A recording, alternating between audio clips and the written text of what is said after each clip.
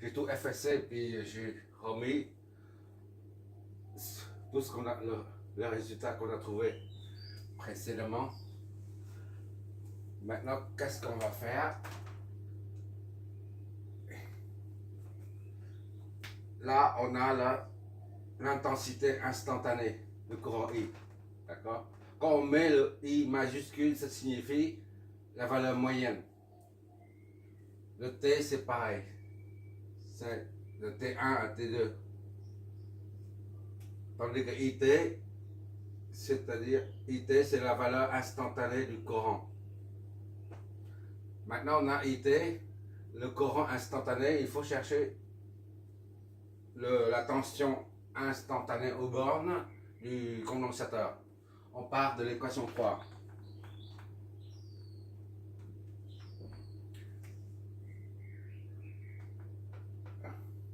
Ici, là, c'est dVT sur dt est égal à IT. D'accord? Et donc, dVT est égal à 1 sur C fois IT fois dt. Comme on a dit, ça c'est une petite quantité, très infiniment petite, une petite quantité de temps. Et là, c'est une petite quantité de variation de tension. Quand on voit de part et d'autre du signe égal, on peut intégrer. S'il n'y a qu'un seul, par exemple ici ou là, on ne peut pas intégrer. Il y a une seule lettre d'un côté, de l'autre, il n'y a rien, alors on ne peut pas intégrer. Mais pas. Dans le cas présent, on a des T de ce côté et D de l'autre, donc on peut intégrer. Qu'est-ce que ça nous donne? L'intégration.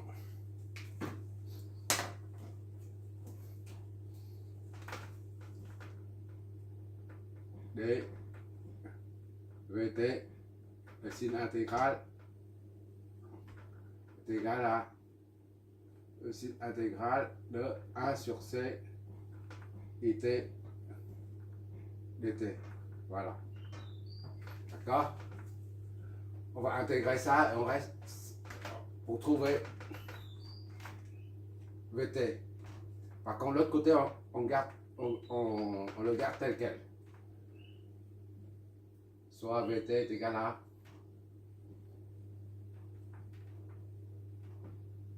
1 sur C IT dt.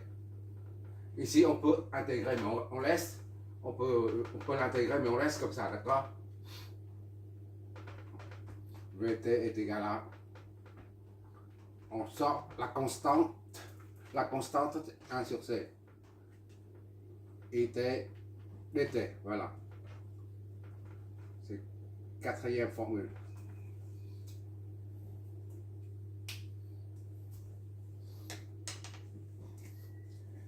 Maintenant, on a le courant. Le courant est en fonction de la dérivée, d'accord? Ça, c'est-à-dire la dérivée. Tandis que la tension est en fonction de l'intégrale. Deux choses différentes. Maintenant, il nous reste la puissance et puis l'énergie. La puissance en valeur moyenne, c'est UI. Ce sont des valeurs moyennes. Par conséquent, la puissance instantanée, c'est VT. Là, est égal à la tension instantanée multipliée par le courant instantané. D'accord? Qu'on a tout de ici. Donc, est égal à VTC.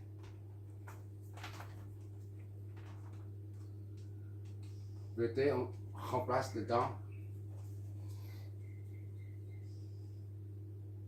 ça, alors là, VT. Là.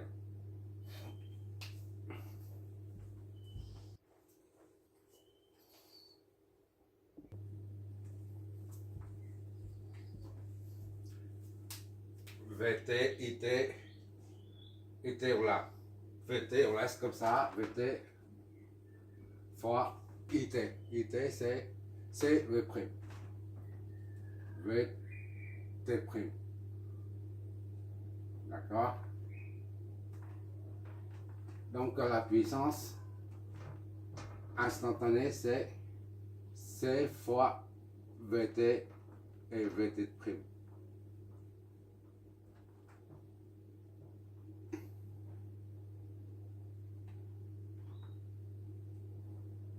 Cinquième équation.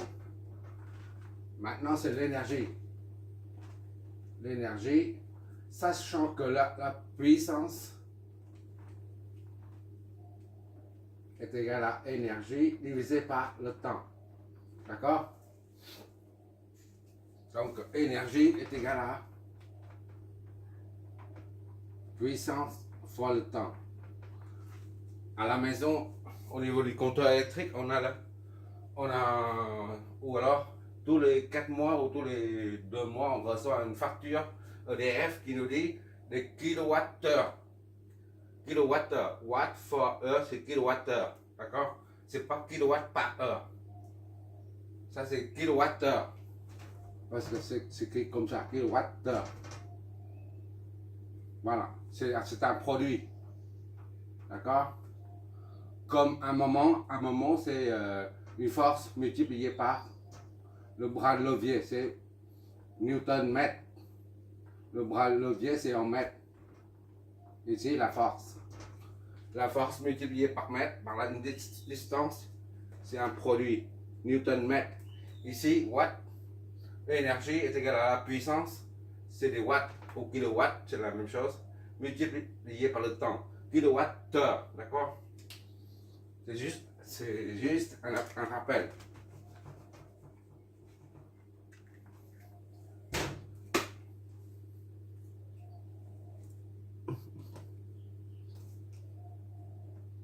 Comment on va calculer tout ça?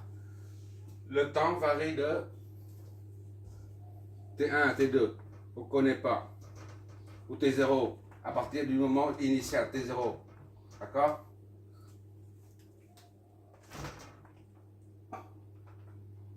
O. T.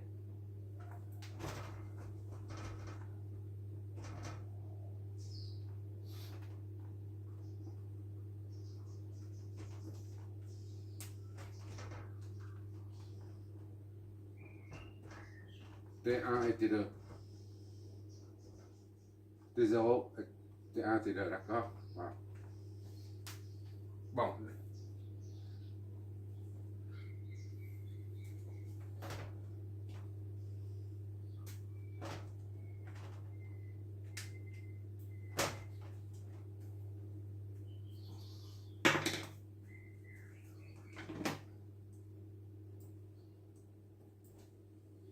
Donc on peut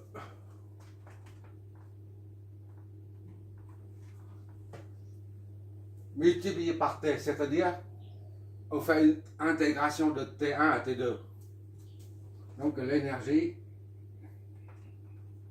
est égale à la puissance T varie de T1 à T2, d'accord? En fonction du temps, T1 à T2.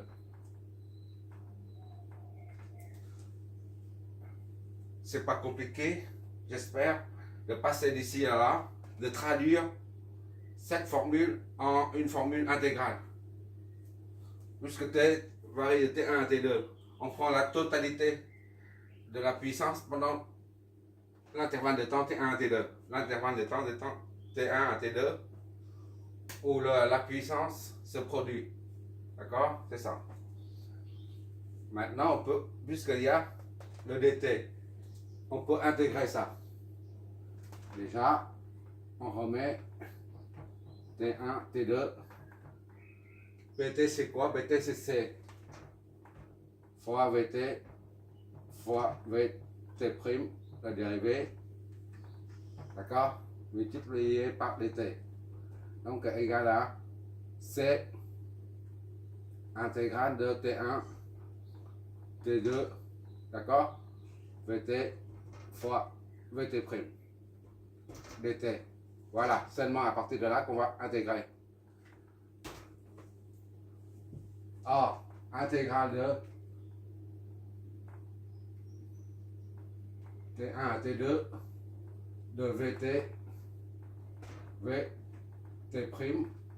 Il faut trouver la primitive de ça. La primitive de ça, c'est au carré. C'est VT au carré sur 2. Voilà.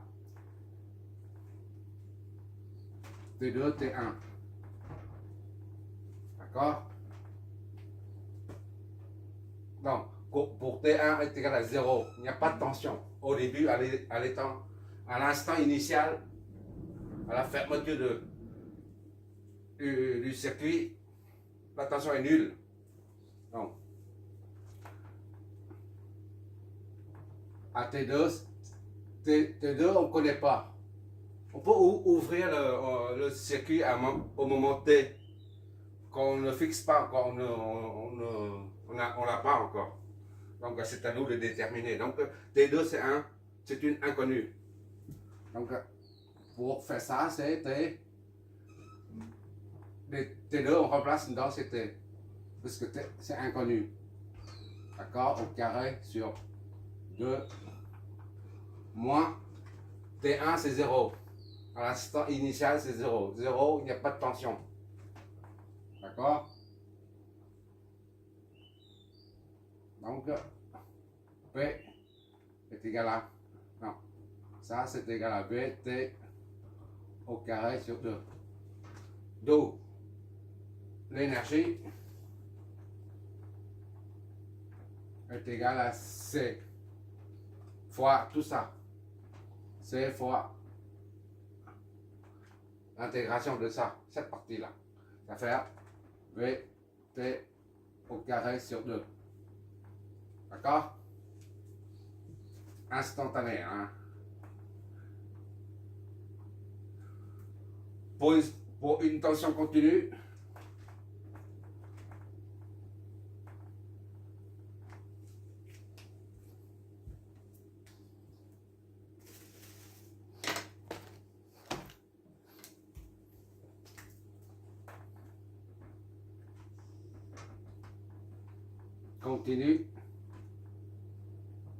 on a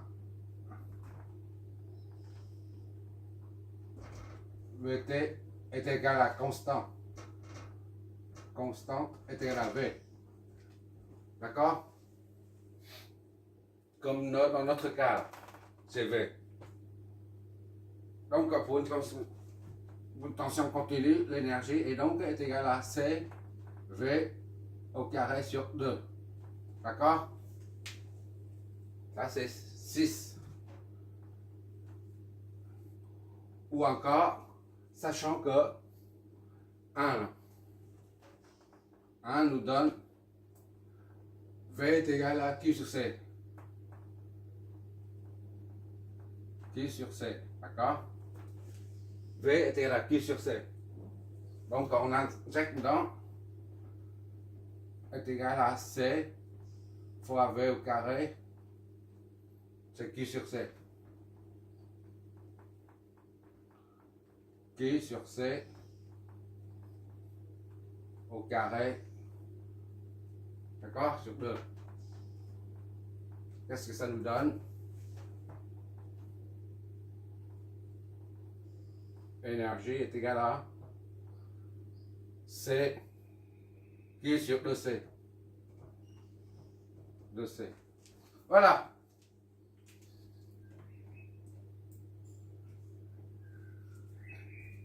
Q carré sur 2C.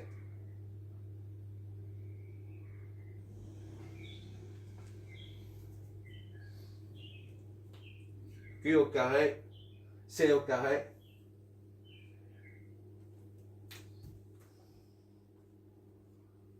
Voilà. Soit ça, c'est la même chose. On continue. D'accord? On continue, le courant continue, on met ça comme ça. C'est là. Courant continu. Voilà. CC, VCC. VCC.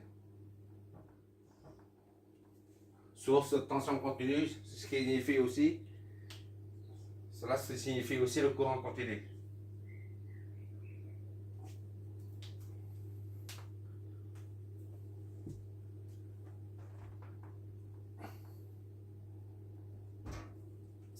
Voilà. Voilà, on a terminé tout ce qui concerne un condensateur. Juste les formules à retenir. On utilise surtout ça surtout, ça, ces deux-là. D'accord? Et l'énergie. On va faire des exercices concernant les condensateurs. Un petit rappel, c'est la capacité est égale à epsilon A sur D. Ça, on ne verra jamais ça. Ça, c'est la structure interne du condensateur. Sur un condensateur qu'on voit dans un circuit électronique, on voit deux bornes. Voilà. Et marqué dessus, c'est égal à 3 microfarads par exemple. Voilà. Et 400 volts. V est égal à 400 volts par exemple. Un condensateur, c'est ça qu'on voit sur un condensateur. C'est ça, c'est tout ce qu'on a besoin. On n'a pas besoin de connaître ni la permittivité, ni la surface à l'intérieur, ni la distance. On ne voit pas de toute façon. Et après, à partir de là, si on branche dedans, on aura un courant. Une source de tension ou voilà. Si ça c'est un condensateur alternatif, si il s'agit d'un condensateur en tension continue, on a un signe plus et moins. Et il s'agit là d'un condensateur chimique. Et il ne faut pas inverser les pôles, sinon ça explose comme une petite grenade. D'accord? C'est très important quand il s'agit d'un condensateur chimique polarisé. On dit polarisé parce qu'on a deux signes, plus ou moins, pour dire polarisé. Et la capacité d'un condensateur polarisé est celle non polarisée. Là, il n'y a pas de signe. On peut brancher comme on veut. Voilà. Là, c'est l'alternatif.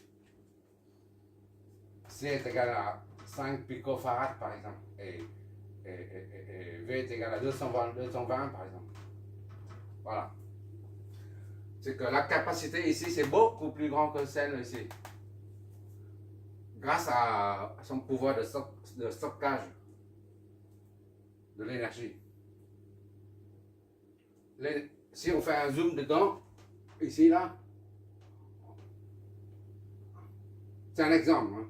On verra des petites lamelles comme ça.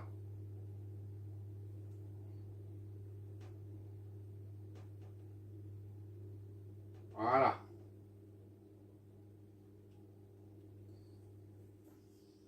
Et entre les deux là, c'est le vide, c'est la résistance D. D'accord?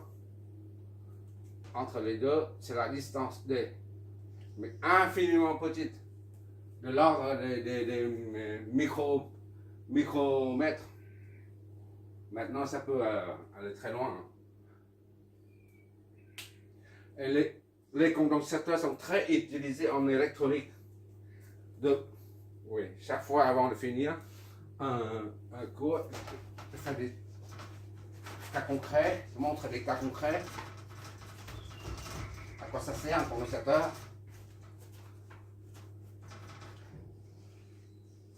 Si on a un circuit électronique très complexe, une fois la conception est faite, et on simule, ça marche, et on fait le câblage, on fait la soudure, tout ça, et ça ne marche plus. Ça arrive. Et il suffit de mettre, au lieu de reprendre le calcul, tout ça, il suffit de mettre un petit condensateur, comme ça. Voilà.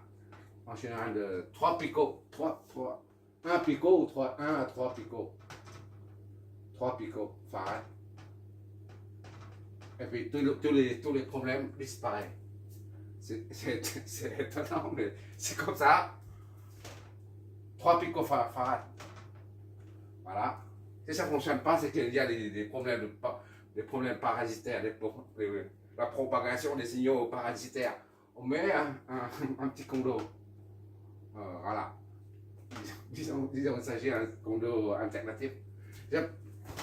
Condensateur, en général, on dit condo. Pour simplifier, on n'a pas de temps, c'est pour simplifier condo. Et quoi d'autre comme l'usage? Le condo, ici, c'est le secteur carré alternatif. Et on a un pont, oui, voilà. On a un mobile, la ductance, et en général un pont, un condensateur, ici. C'est ce côté, je crois. On verra ça plus en détail quand on sera en domaine électronique pur, d'accord? Le pont de diode, là, si je dessine, je ne me rappelle pas trop. Il y a un pont de diode. C'est pour les alimentations, en fait. Je ne sais pas comment ça c'est quoi, c'est comme ça. Bon, en gros, on n'est pas en électronique. Et là, c'est pour le redresser. Ce circuit redresse le courant alternatif, pas en courant continu. L'alternatif qui arrive ici, là, le signal alternatif. Et après, ici, là, c'est le signal continu. Voilà. La charge, décharge, charge, décharge. La charge vient ici, et après une décharge. Là, c'est deuxième application. Et troisième application, c'est quoi? C'est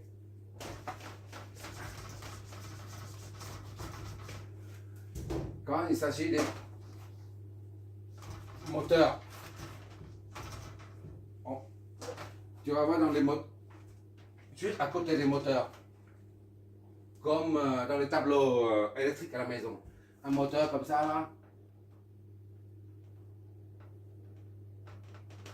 Voilà, il tourne. En général, tu vois une sortie ou une alimentation. Il y a deux chapeaux ici, là. Et à côté, tu vois un condensateur. C'est à ce niveau-là. Je fais un zoom, ça fait un condensateur comme ça. Voilà. Pour éviter les problèmes parasitaires, les courants parasitaires aussi. Et là, il y a un autre au tableau le schéma qu'on vient de voir là. Le moteur là, c'est comme ça. Ça, c'est un moteur. D'accord? Disons un moteur. Et le condensateur est câblé en parallèle. Voilà. Et ainsi que dans les moteurs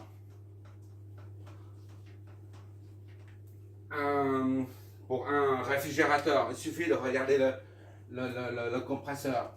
Un réfrigérateur comme ça, un combiné. C'est un combiné, je crois. Combiné. On a juste derrière, là, ça c'est derrière, d'accord? Tu as un compresseur comme ça. Il suffit d'enlever. C'est mono. Il y a deux pastilles en plastique. Parce que c'est en mono. Il y a 3 pattes. Et pour que démarrer le moteur, le compresseur, c'est le moteur. Là, c'est un moteur qui tourne. Démarrer, il y a un condensateur pour démarrer. Et après le démarrage, parce que si on est en alternatif, à la maison c'est un alternatif. Pour démarrer un moteur en alternatif, il faut un condensateur qui sert à produire un déphasage. Voilà. On appelle ça condensateur de démarrage. Le démarrage. Et pour que le réfrigérateur fonctionne de façon qui fait, hein, pour qu'un réfrigérateur qui ne fait pas beaucoup de bruit, on met un deuxième condensateur. On appelle ça un condensateur permanent. On verra ça plus tard en appareil gros électroménager. On appelle des appareils les blancs. Les blancs, oui. Les blancs, c'est-à-dire les machines à laver, les sèche-linges, les quoi d'autre, réfrigérateurs, enfin toutes sortes de gros appareils. Voilà. Et quoi d'autre comme application. On voit les condensateurs partout, partout, partout, absolument partout.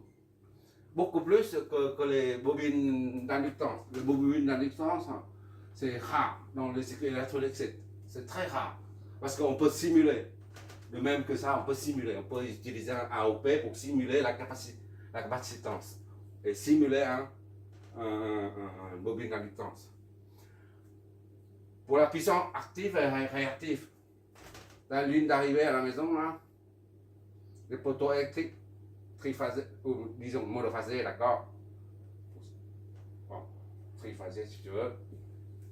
Et lorsque ça c'est une maison ou une usine. Il y a beaucoup de moteurs dedans. Ça, une usine. Il y a beaucoup de moteurs qui circulent, qui fonctionnent. Qui dit moteur dit bobine d'inductance. Et qui dit bobine d'inductance la capacité, les condensateurs dit puissance réactive. D'accord? Il faut neutraliser. S'il n'y a pas de condensateur, alors là, les lignes, à cause de la puissance réactive, si on ne met pas de condensateur, d'accord, ici, là, s'il n'y en a pas, les moteurs tirent une puissance active, réactive. On appelle ça réactive. Puissance réactive. D'accord? Et tirent sur le réseau IQ.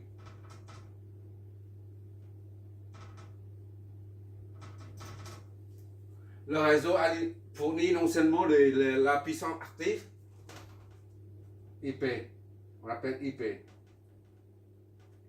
mais en plus, le réseau doit fournir la quantité d'énergie réactive, ce qui est à proscrire en fait. EDF ne veut pas, dans la mesure du possible, EDF ne veut pas nous transférer la puissance, nous fournir la puissance réactive. Or, les moteurs consomment ce genre de puissance. Et pour éviter ce problème de puissance réactive qui se propage sur les lignes, qui va surcharger les lignes, on peut dire ça comme ça, et bien on met les condensateurs qui fournissent à la place du réseau EDF, une fournit de la puissance réactive au moteur. Voilà. Et une fois on met dedans, et ben, il n'y a plus de puissance réactive dans les lignes. C'est fini, parce que le moteur tire de la puissance réactive à partir des condensateurs. C'est ça. Imaginez s'il n'y a pas de condensateur, il y a donc la puissance réactive à cause de la présence des moteurs. Dans ce cas-là, la ligne devient plus chauffe davantage parce qu'il y a deux puissances, il y a deux courants, le courant actif et réactif. Quoi d'autre? Et par conséquent, puisque la puissance réactive, c'est une puissance non consommable par les éléments résistifs. Ça se je ne vais pas dans les détails, c'est parce qu'on n'en est pas là.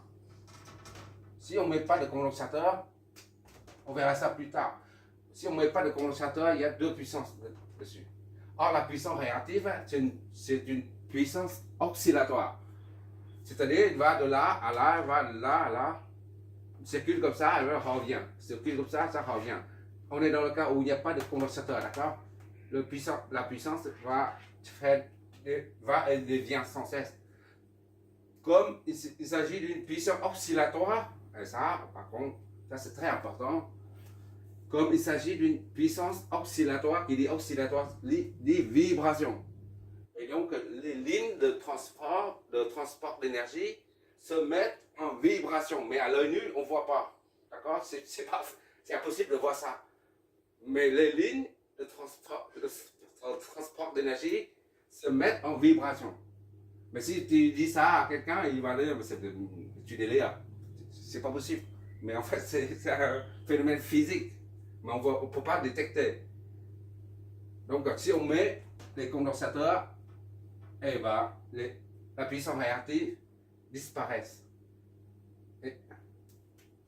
C'est le condensateur local. La puissance, le condensateur qui est fourni localement, là où se trouvent les moteurs. Il fournit localement de la puissance réactive. C'est pour ça que la puissance réactive vient d'ici. Il ne vient pas des lignes. Donc les lignes ne se mettent pas en vibration. Bon, c'est bon comme ça pour les formules des condensateurs ainsi que le usage. D'accord?